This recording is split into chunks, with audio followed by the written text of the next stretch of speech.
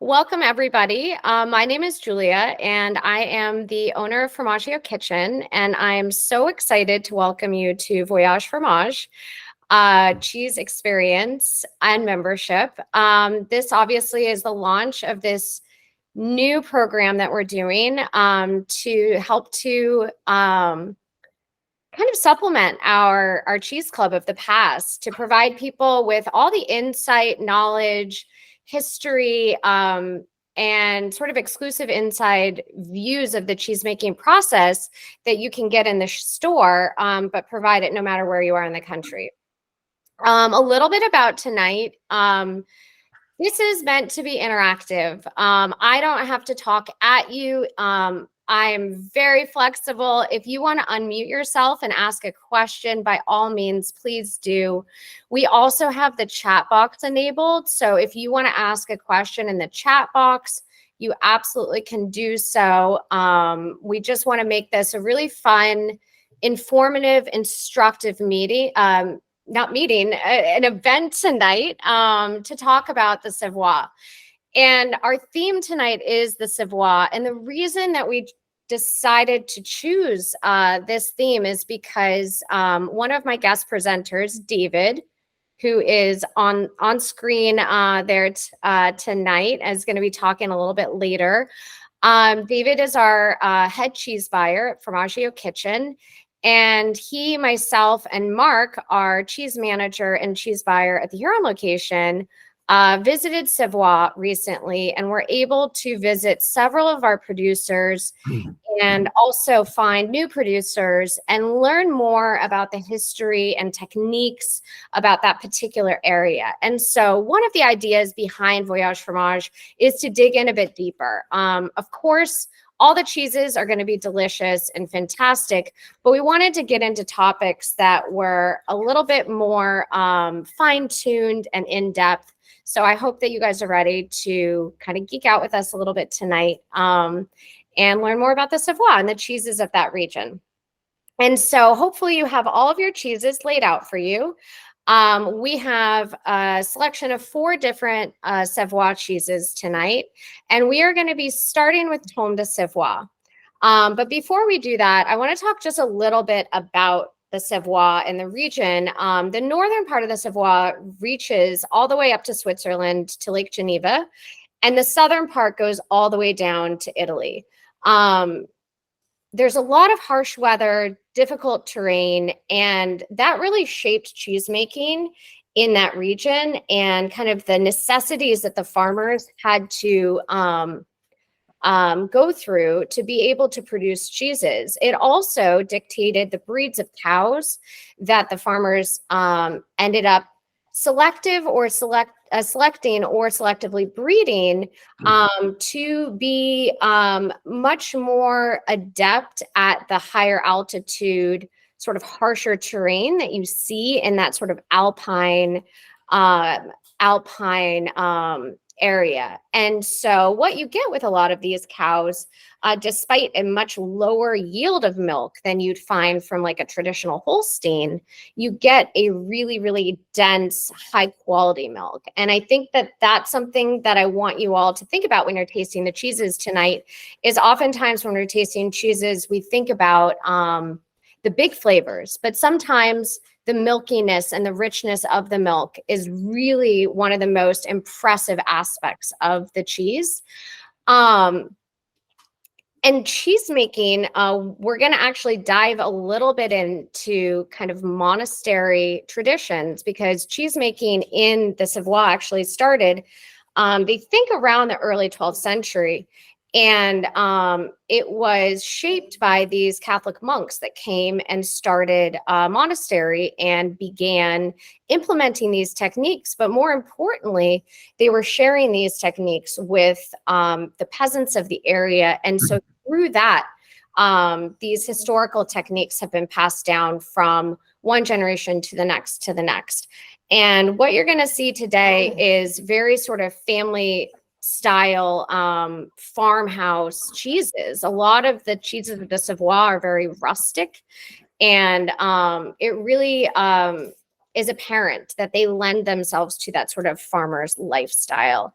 So we are going to be starting with Tome de Savoie. And you can see, it's a little hard to see on the board, so I'm going to show you in mine. It's the cheese with probably the gnarliest rind. And you can see what we call here is the rind. And this interior part we call the paste. And you see how really thick that rind is. The number one question I get as a cheesemonger is, do I eat the rind? And the answer to that is it's 100% up to you. With a cheese like this, I absolutely love to eat the rind because I think it adds so much character and depth and interest to the cheese. But if you don't think that it enhances the flavor of the cheese, it's not necessary for you to eat it. And so one of the places that we visited when we were in the Savoie, we work with an affineur who is a cheese ager, Joseph Picard, and they collect cheeses from various farms in the area and age them at their facility. And so we've been working with Joseph Picard for a long time now, and they took us on a tour of our own Tome de Savoie producer. Throughout the years, when working with an affineur, they tend to learn your tastes, your preferences. We generally tend to know what our customers like and what they're looking for, and we're able to steer them in the right direction through these affineurs in the particular selection. And so all of our Tome de Savoie comes from a single farm, and the farmer who runs our Tome de Savoie production is named Sophie. And it was a lovely visit, and I'm actually excited to share with you some of the cheese making process. So I'm going to share my screen and take you through a little bit of journey of what we experienced that day. You're going to see a few other people besides us in the video, and those were actually visiting French cheesemongers who also carry her cheeses, who are also learning alongside of us. Before I get started with the video and slide, does anybody have any questions so far? All right, after we dig in and kind of see the technique of how this cheese is made, we're gonna literally dig in and start eating. But of course, I will never stop anybody from eating their cheese. So dig in, start snacking, and here we go.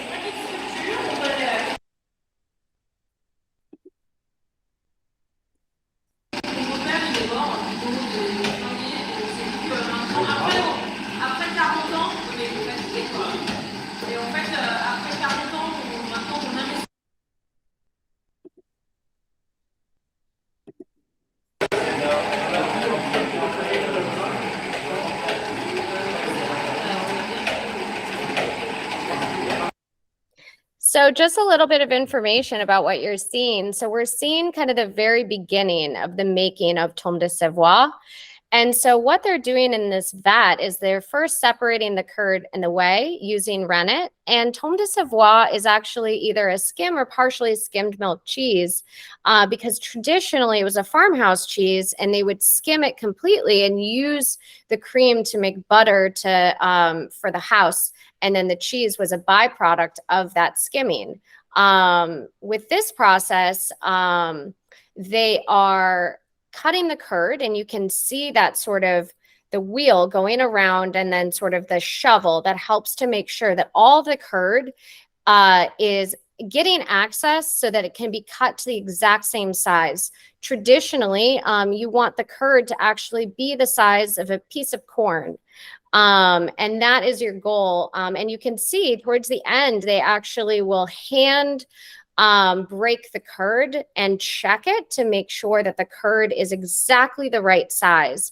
And the curd is everything. The curd is the base of the cheese. And so the size of the curd, how it's formed, making sure that you're getting equal sort of consistency amongst the size of the curds is really important to the make.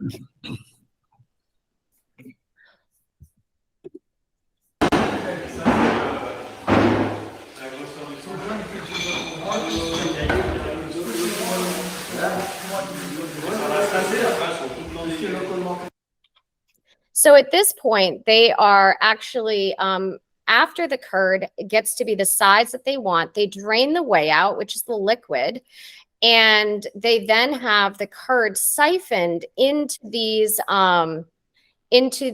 molds to get the cheese in the shape that they want it to be in. And so it's not in the molds for a terribly long time because the whey is constantly streaming out of the cheese. The whole point is to continue to expel more and more moisture. And so at this point, you can see that the cheesemaker, the cheeses that he is touching, he is just flipped. And so they've already started to create their form very, very quickly. And so in this part of the process, he is flipping the cheese so that it's equally pressed on either side. And then, and you can see the difference between the freshly packed loose curd versus the flipped wheels starting to look a bit more like cheese. And this is a family operation. So this is actually the beginning where they poured all of the curd in. And so here it is in their farms. They actually do keep some of the cheeses themselves to age, but the majority of their cheeses do go to Joseph Picard to age in their caves. This is a 3-person operation. Sophie with her husband, Thierry, and her brother, Bertone.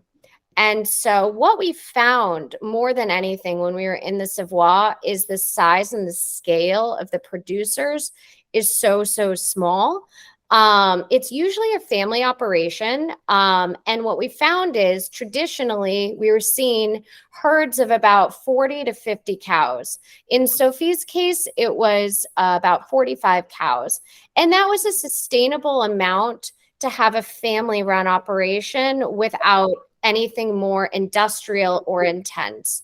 And they're able to produce enough cheese to sell to an affineur such as Joseph Picard, who can distribute it a little bit more widely, but they're also aging it themselves to be able to sell at their own markets and in their own area. And this is considered a farmhouse cheese, or in French, fermier, because the farmers that are raising the animals are also the ones that are making the cheese. So this cheese is quite young at this point, and you can see the mold growth developing. We call it cat hair. That is the nicer term for the actual name of it, which is mucor. But we like to call it cat hair because literally what you do with this mold is you allow it to take hold, and this is going to be the base of your rind and the foundation of your rind. So every single time this cheese is turned, which typically is daily, you actually hand pat down that mold because you cannot use mechanical means, you cannot use a brush because you risk damaging the cheese or pulling that mold off of the cheese more than you'd want. So you're literally petting the cheese and turning it every single day to help establish a nice mold growth. And so over time, you get much more defined rind. And over time, the exterior tends to dry out a bit more. And that's how you create the foundation of a beautiful rind, which is why I recommend that even if you're not a rind person, to give it a taste because it is pretty fantastic to try. All right, so now we're going to dig into the cheese itself. So cut on in. So this cheese, what you'll find is when I taste cheese, and a lot of times this is our opportunity to geek out about food. So obviously, if you're just noshing on cheese at home, you're just going to pop it in your mouth and enjoy it. But when you're really trying to taste cheese professionally or really dig into kind of the nuances of the cheese, you want to think about the flavor profiles. And I like to think about cheese, wine, condiments, all of that as being really good stories. Every good story should have a beginning, a middle, and an end. And that's what your cheese should have. So the beginning is the smell. So first smell the cheese and really get the rind and the paste. The rind on this is so earthy. It's so pronounced. But when you break open just the paste and smell that, it's so sweet and milky and lactic. The middle of the story is what you taste when you put it in your mouth and you chew. So I'm getting a little bit of rind and paste in there. I recommend you try a little bit of just paste and rind and paste so you can see what you prefer. Because again, to each their own. When we were with the cheesemaker, the second I pull out cheese, my dog is on alert. So apologies if you hear some whining. When we were at the cheesemaker, she was actually cutting the rind off. And I thought that was fascinating because I'm huge into the rinds. I think it adds a lot to the cheese and I think it's absolutely fantastic. But again, it's really your own determination of whether or not you want to eat it and enjoy it. So you've now tasted the rind, the paste, you've gotten to the middle of the story, and then you want to look at the finish. How does this cheese evolve? When I think about a finish and kind of the end to the story, does this cheese just fall off immediately? Does it linger? Does it have an unpleasant aftertaste or a really nice aftertaste? Is it bitter? Is it funky? All of those really play into the idea of what the cheese is. And for this one, I find it to be rich and creamy, but also have a really nice earthy aftertaste that doesn't finish bitter. I get a nice balance on the finish. I love this cheese. When you hear the word tome, this is one of the most famous tomes. Tome really just refers to a wheel of cheese. There's no specific law or definition of what a tome is, but tomes typically are very regionally specific. So you have tome de Savoie, tome de Bauge, and so tomes are very representative of the areas in which they're made. And to find a perfect tome de Savoie, traditionally you want something with a really, really well-defined rind. And I have this wonderful, I have a very old cheese book, and I found an old recipe actually for tome de Savoie. And I loved kind of listening to the language that they talk about when they talk about what they're looking for specifically in mold. And it says artificial introduction of bacteria or molds and washing of curd is forbidden.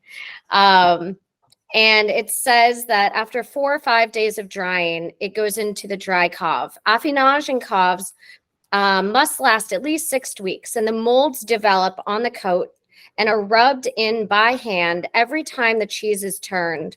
For the first week, they may also be rubbed with salt, rubbing them being daily. Rubbing gradually drops in frequency thereafter. La fleur develops naturally.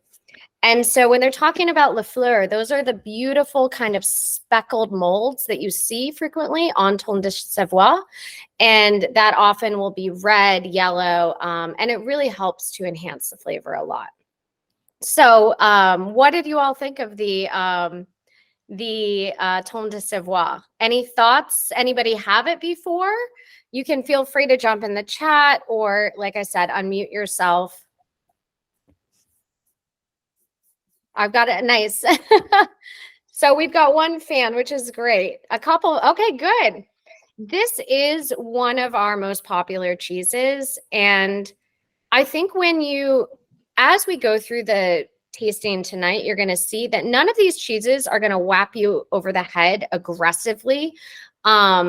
I appreciate them for their nuance and when you have a cheese that's a little bit more subtle, like the next one that we're going to try, you really get to taste the milk quality so much more. And when you're dealing with these alpine cows that have such a beautiful milk quality, it's really special to be able to let that shine. Yes, so the rind can be really, really earthy. And what's fascinating is, so someone commented that the rind was a bit too earthy, but the creamy end was delightful.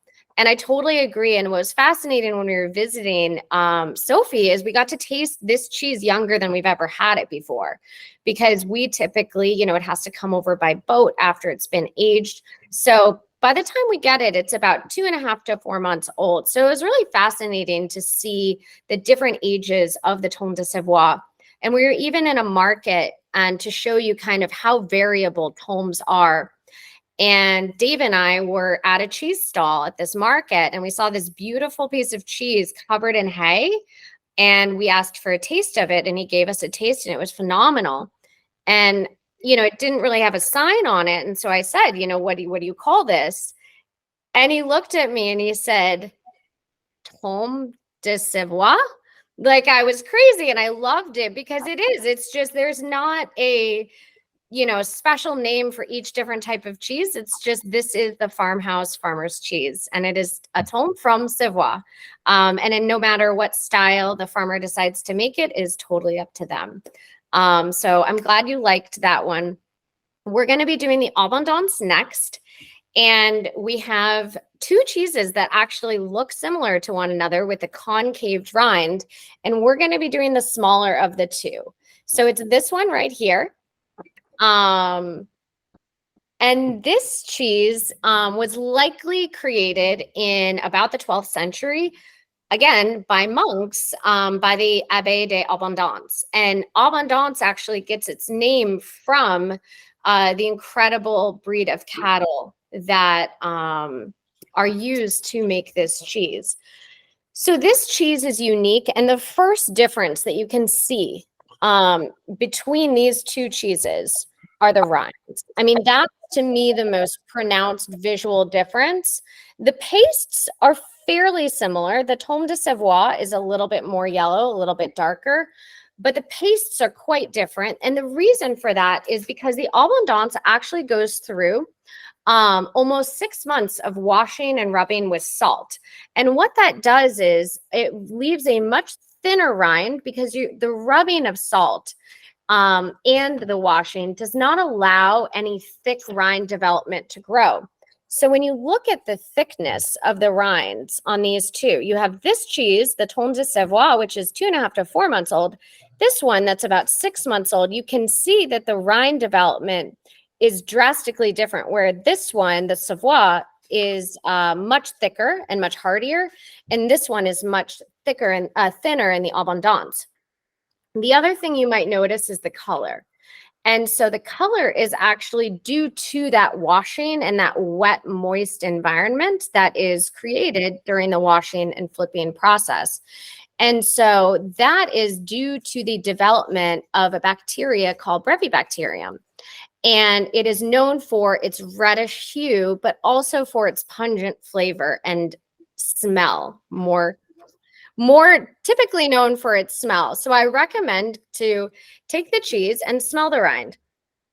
And it is going to have an intense salinity and funkiness. It might smell like dirty gym socks or,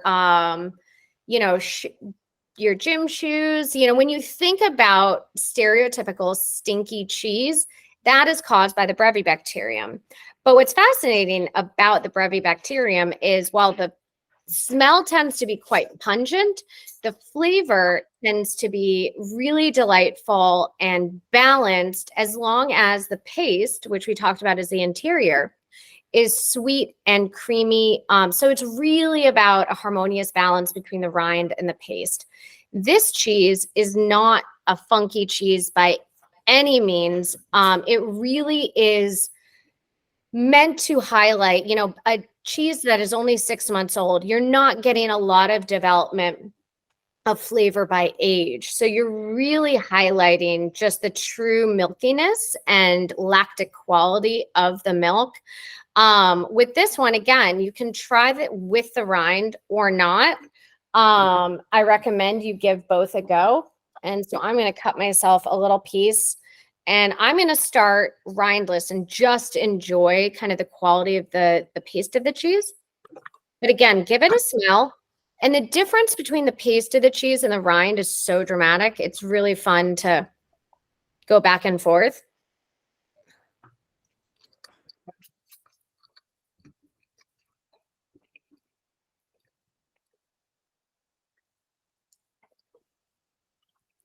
Really heavy on the palate. You can taste the high level of fat content in this milk. It coats your palate. This is a killer cheese to pair with wines because of that rich, fatty coating that it creates, and then giving it a taste with the rind as well. To me, the rind just adds another layer of complexity, uniqueness. I like both a lot. I think that the rind obviously adds a pungency. So if you had a honey or you were having this for dessert, with a dessert wine, I would go all out on the rind. I think it's fantastic. It's got an incredible nuttiness. But I think that too, the paste on its own is really great to enjoy as it is. And what's really exciting about this cheese, so we had the pleasure of meeting Sophie, who's the cheesemaker of the Tome de Savoie.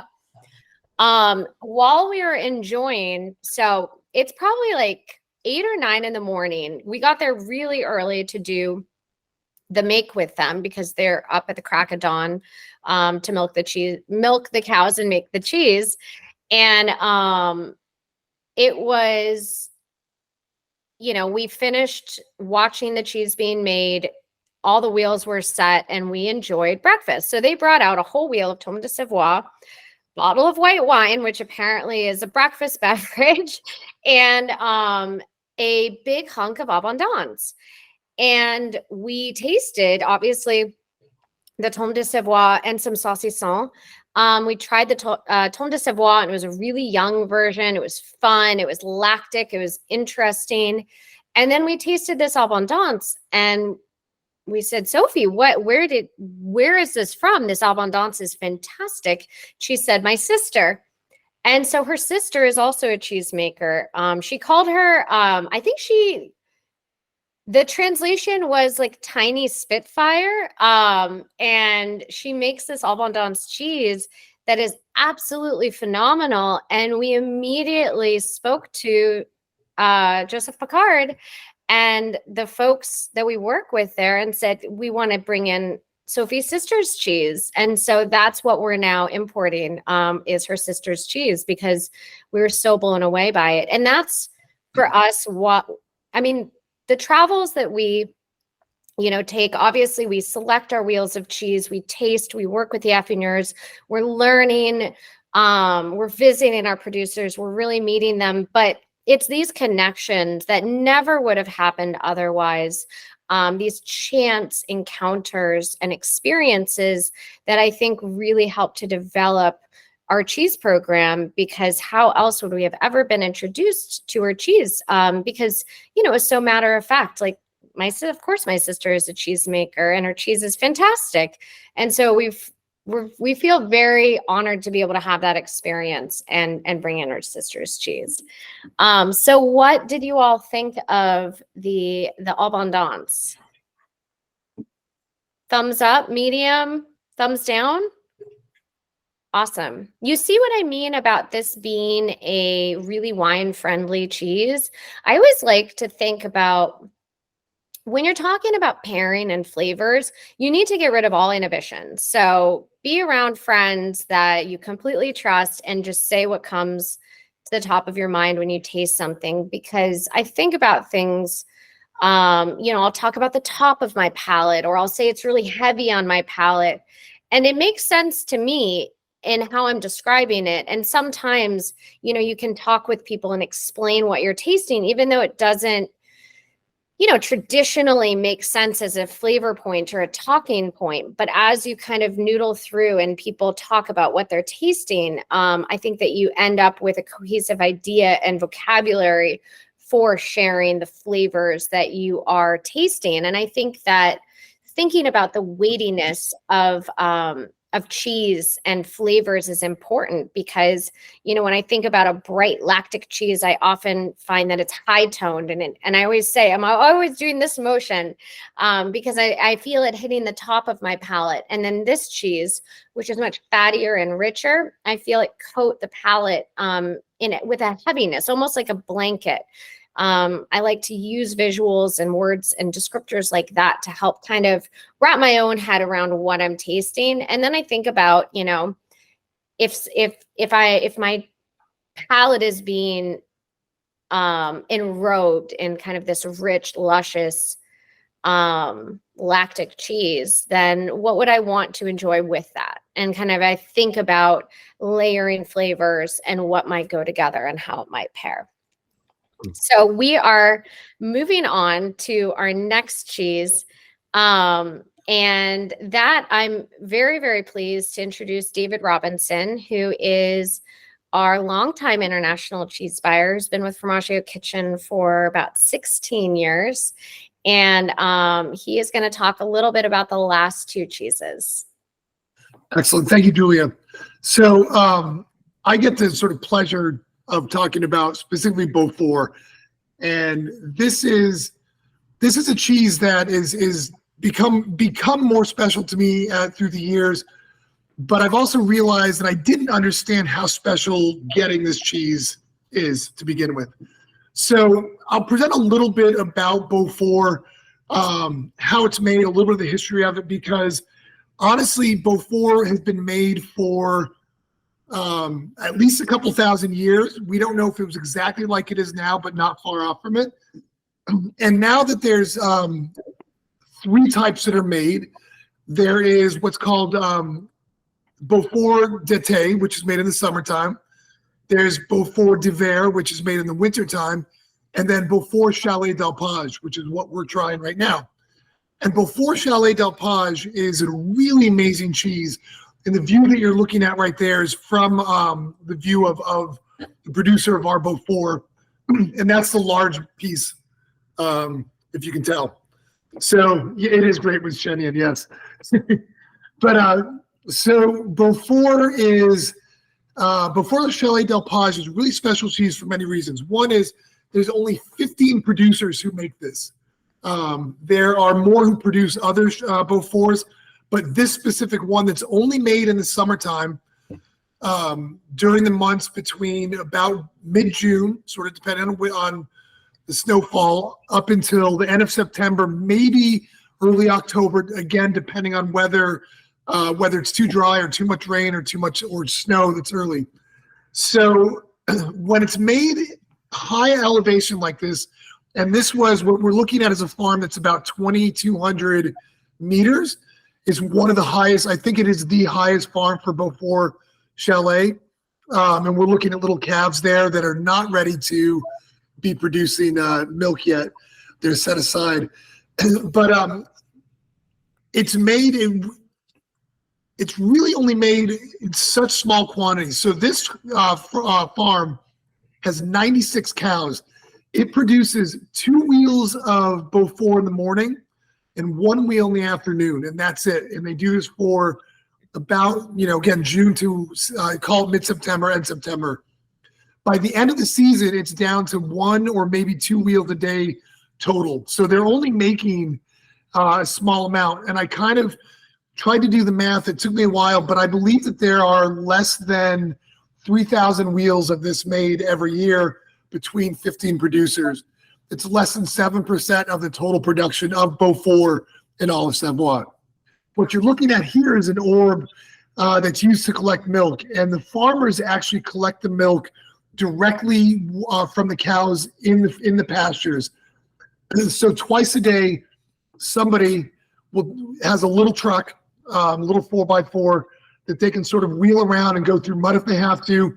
And they basically milk in the morning, they milk in the evening, and they collect in this little orb right here. Go to the next one here. And here, so just like we saw in the Tome de Savoie, where they were mixing the curds, they're doing the same thing here. Now they, as most Chalet Delpage producers do everything by hand. So there's the head cheesemaker here who's passing it on to the younger gentleman who's actually stirring, and he's doing this all by hand. So he's going to mix the curds until they're about the size of a grain of rice.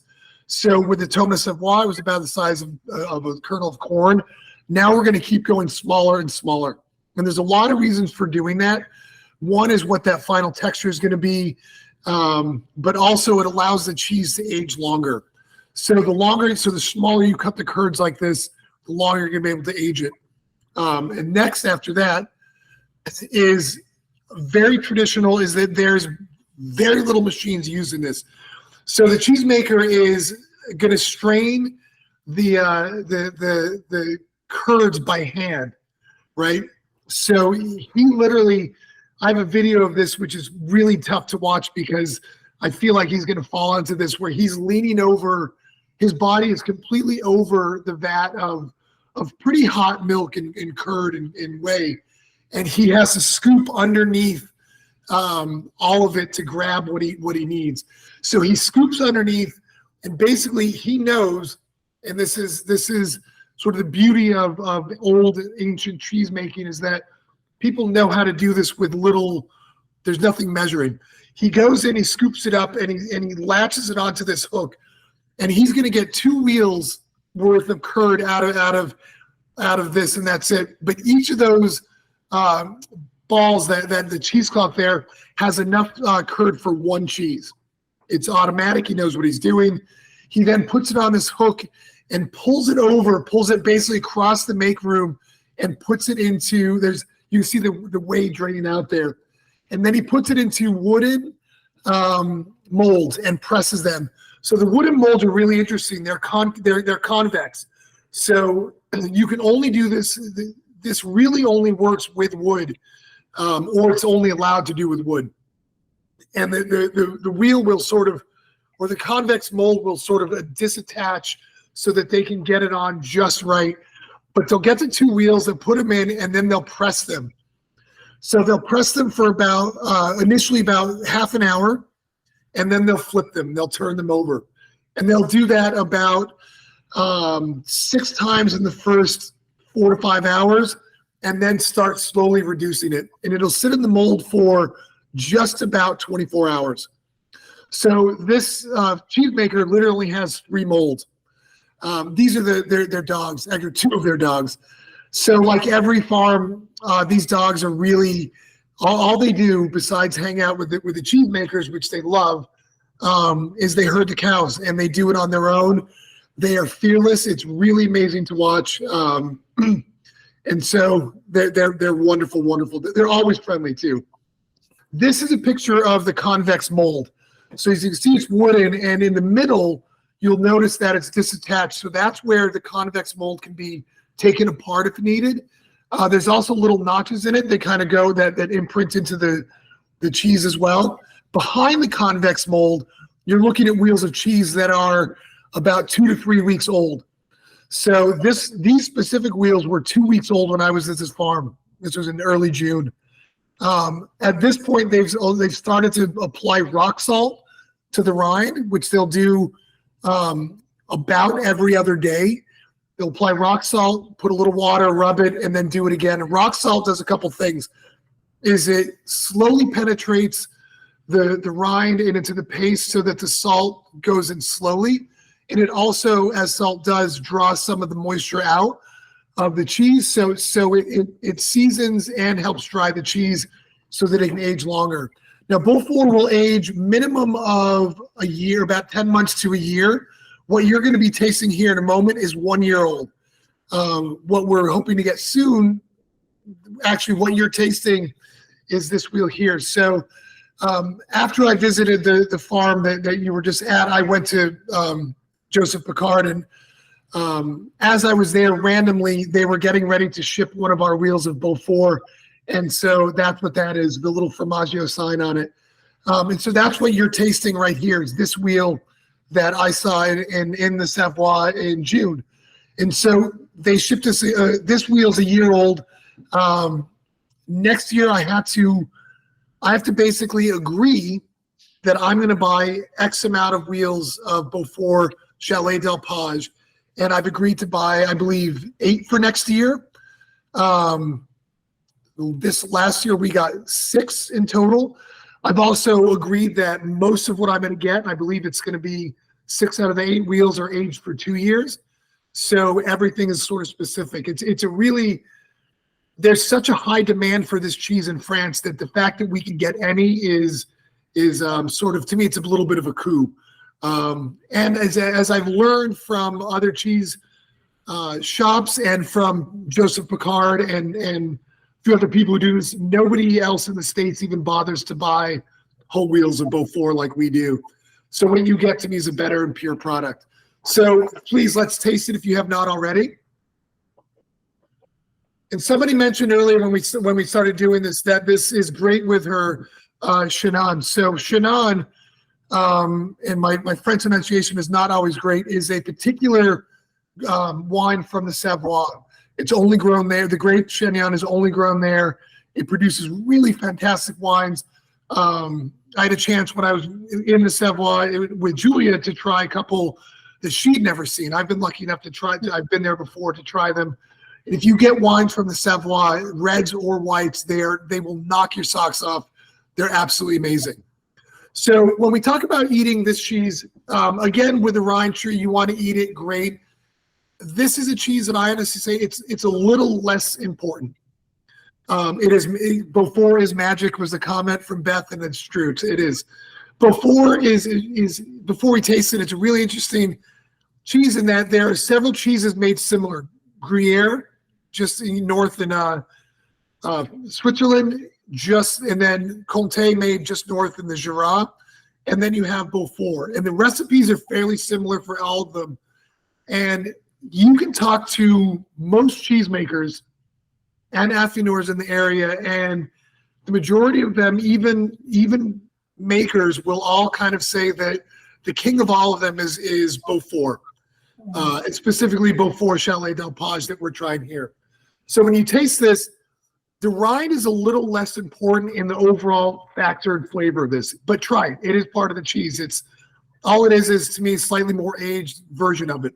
But the paste, if you look at the paste, there's going to be a little bit of a fissure in it. That's normal. As it ages, that's sort of natural. There's nothing to worry about in that. They look for it, as a matter of fact. But it ages exactly the same. What you taste basically towards the end of the rind and towards the middle will always be the same. There will be no difference. So it kind of doesn't matter where you taste the cheese.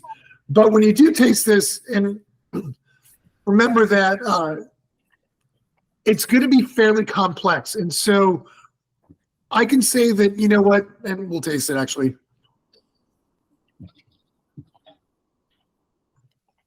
Really delicious. But when I taste this, I taste a little bit of roasted hazelnut. I taste a little bit of cooked onion.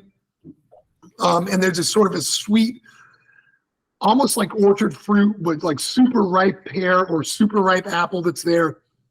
Except that you can keep tasting it and you can taste it again and get something more and more complex. And it'll keep going and going and going. And once you add your wine to it, it's going to keep sort of increasing in that respect. It will always get better. And as much information as I've given you right there, I've left out a lot. So please, if there's any questions about it, let us know or let me know on this. But I hope you all liked it. What do we think of that cheese, of the Beaufort?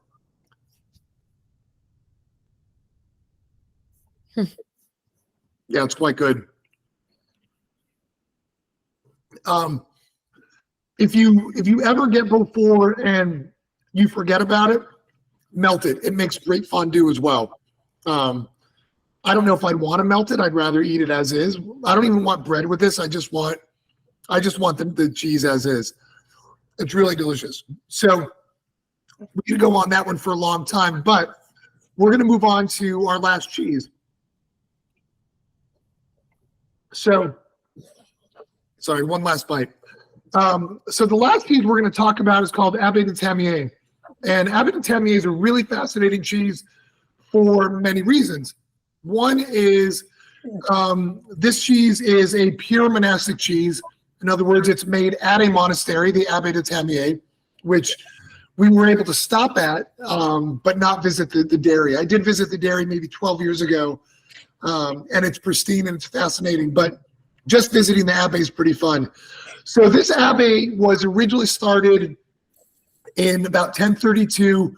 About 100 years later, they started making cheese, and have been making cheese ever since. So the cheese that you're tasting again is Abbaye is basically, easiest way to describe it is this sort of a Reblochon style cheese, or it's a bloomy rind cheese.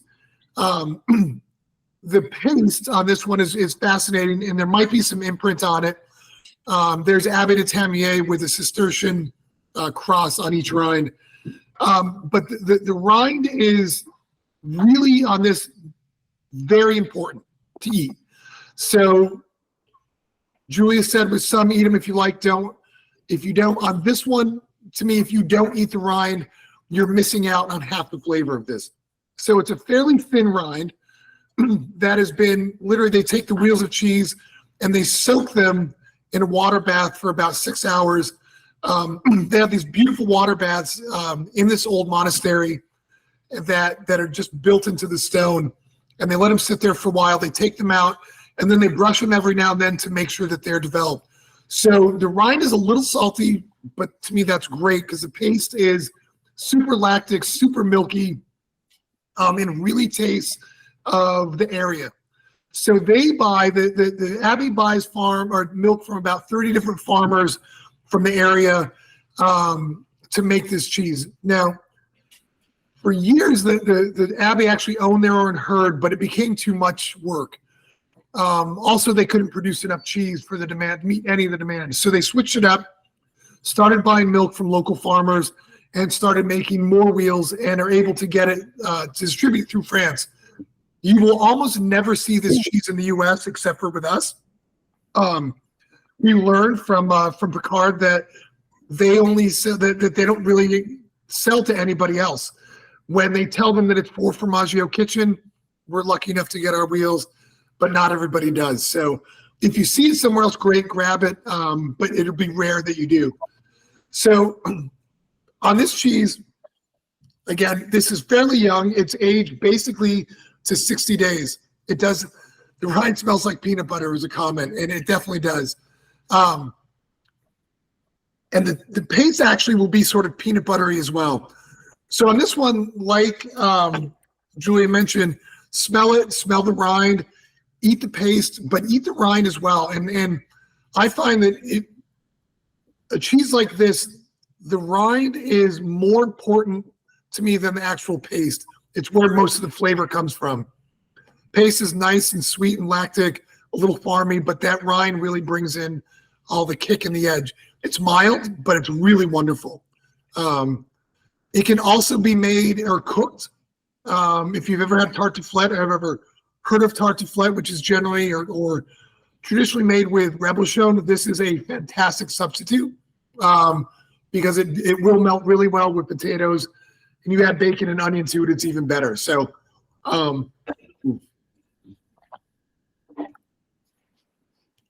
so as we taste this again, it's really milky and it's really lactic.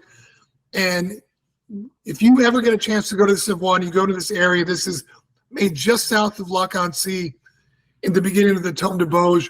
And it's green. It's fairly cold in the winter, but it's really warm in the summer. And you can smell the grass, you can smell the forest, and these cows are grazing in all of these in these really beautiful lands that are just completely lush. And so this is kind of this tastes like what it smells like when you go to the Savoie, and it's particularly this area. It's really wonderful. So I hope you guys enjoyed this one. What do we think of this cheese? And also with wine, even better. Red wine is great. White wine is great. It's pretty wonderful. Mm. Yeah.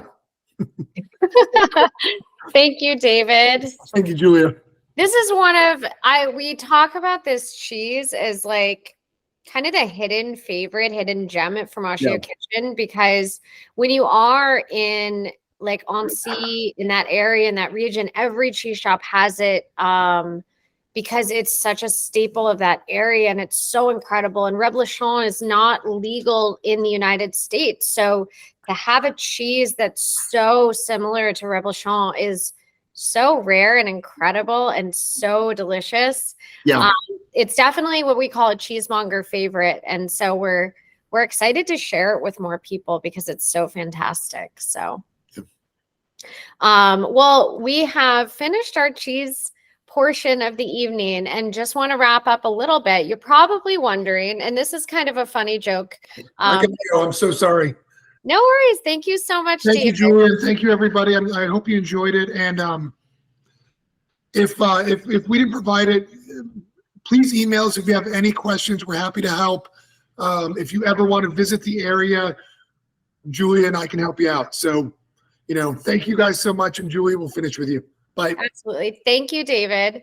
So you're probably wondering why you got some Corsican tapas when the theme of the night was Savoie. And the reason for that is, one, we kind of wanted to recreate an experience that we had in Annecy in the Savoie. Annecy is a little village just on Lake Annecy, and it's just gorgeous. And they have a beautiful market every Sunday and Tuesday. And we visited the market. And one of our favorite things to do when we travel for work is to visit local markets, talk to people, find out what they're excited about, and kind of see what's out there. What's really fascinating about these French markets is a lot of the folks at the market don't have a brick and mortar store. Their store is 100% mobile. So every day they're at a different market and that's all they do. Their setups are incredible and elaborate, and their cheeses and condiments are phenomenal. So we were in the market in Annecy, and one of our favorite things that we got were these incredible spreads. And so we bought 3 different spreads: a black olive spread, a sun-dried tomato spread, and an artichoke spread.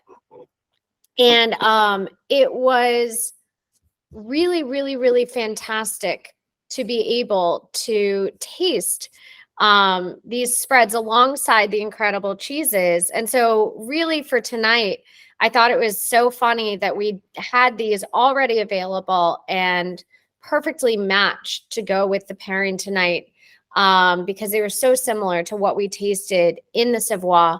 And it's to kind of show a little bit of diversity in what you can do with a cheese plate, and that you don't have to just do honey and cheese. Like, this is honey and cheese or jam and cheese. This is not meant to go on the cheese, but this is meant to complement it, to add a different element where you have a little baguette or a piece of bread or a cracker and a little schmear of spread on it. It's just a really nice way to balance out your cheese meal, because for me, I really love to actually enjoy cheese boards as kind of dinner. Maybe if I'm really feeling up for it, I'll add like a little salad, but this is it. And so enjoying these spreads was something that just harkened back to our trip and something that we all enjoyed so much. So we just wanted to kind of share that experience with you all. And so I'd love to know what you thought of the spreads, because it's something that we're really excited about, having things like this that are a little bit more unique. You see them all the time. When I was in Provence, really excited to import a brand new producer that does all of these sort of delicate spreads of different vegetables to complement sort of a lighter meal or your cheese board. So did people enjoy the spreads tonight? Were you able to try them? Hopefully. Well, hopefully. Oh, good. I'm glad you enjoyed them.